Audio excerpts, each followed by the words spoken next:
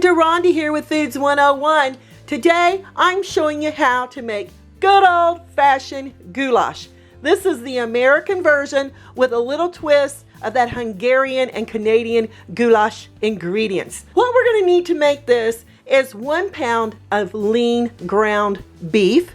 I use a sirloin here. 1 15-ounce can of your tomato sauce. 1 15-ounce can of your diced tomatoes, 1.5 cups of water, 1 cup of chopped onions. For your spices, you're going to need 2 teaspoons of dried oregano, 2 teaspoons of kosher salt, 1 teaspoon of that smoky paprika, which is always in a Hungarian goulash dish, and just a pinch of your crushed dried red peppers, 1/2 cup of your green bell peppers chopped, 2 teaspoons of Worcestershire sauce, 1 teaspoon of minced garlic. You want to cut your garlic down very finely, 3 tablespoons of your tomato paste, and 1 cup of dried elbow macaroni noodles. I use the whole wheat, or if you want to use the white, I'm going to leave that up to you. Let me show you how we're going to start this delicious goulash. To the oven top, I'm going to add the ground beef in a 6-quart Dutch oven, or if you want to use a heavy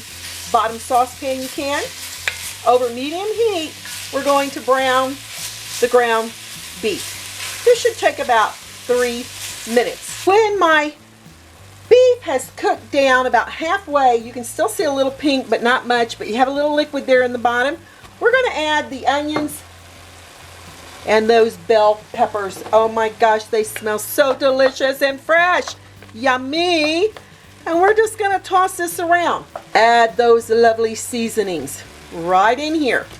We're going to cook this. Oh my goodness, that smoky paprika smells so fantastic, and that oregano, oh my yums. And we're going to cook this for an additional 5 minutes. Now remember, I've got my heat down to medium at this time. We've got that liquid dry, and we're going to add this garlic, and you're going to cook this for about a minute. We don't want any browning on that garlic. We just want it in there to give this a lovely flavoring. Add those diced tomatoes along with that tomato sauce, with the tomato puree, with the 1.5 cups of water. I forgot to show you to add a bay leaf in this pot of deliciousness and give it a lovely little stirring. Make sure you mash that tomato paste around in there so it can get incorporated with all those other fantastic ingredients. And if you could be in my kitchen and smell how yummy this is, add your Worcestershire sauce, stir it in. Perfect. We're going to bring this to the boil, cover it, and cook it for 15 minutes. 15 minutes are up, and I'm going to turn off my timer. Give this a lovely little stirring because you want that boil to come up on it. And now we're adding the pasta.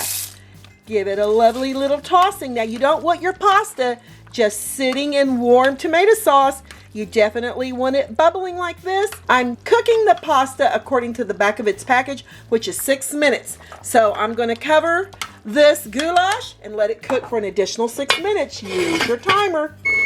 6 minutes are up. So I'm turning off my timer, giving this a lovely little stir, and looky there.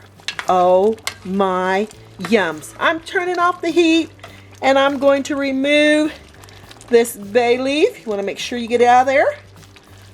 All right, sit it over here to the side, and look how beautiful that is. Now, to make sure your pasta is completely cooked, you may just want to dig one out and give it a little taste. This pasta is a little al dente. I want it a little doner, and I'm going to let it cook for about 3 more minutes. Goulash is served.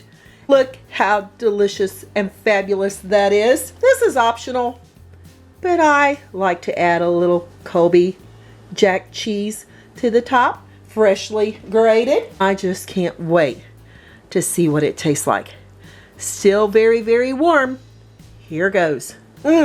Delicious. I can taste that oregano, that smoked paprika, and a hint of that crushed red peppers. Absolutely fantastic. The noodles are perfect, and oh yum. Look how that cheese is just melting right into it. Goulash, baby. American way.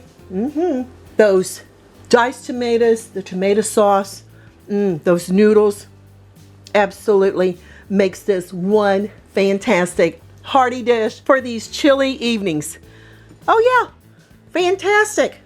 And that cheese just gives it extra flavor. Hope you give this a try. I'm Deronda with Foods 101. Thanks a million for watching. Give me thumbs up. Leave me a comment. Follow me here on YouTube or Instagram. And I'll catch you lovely people later.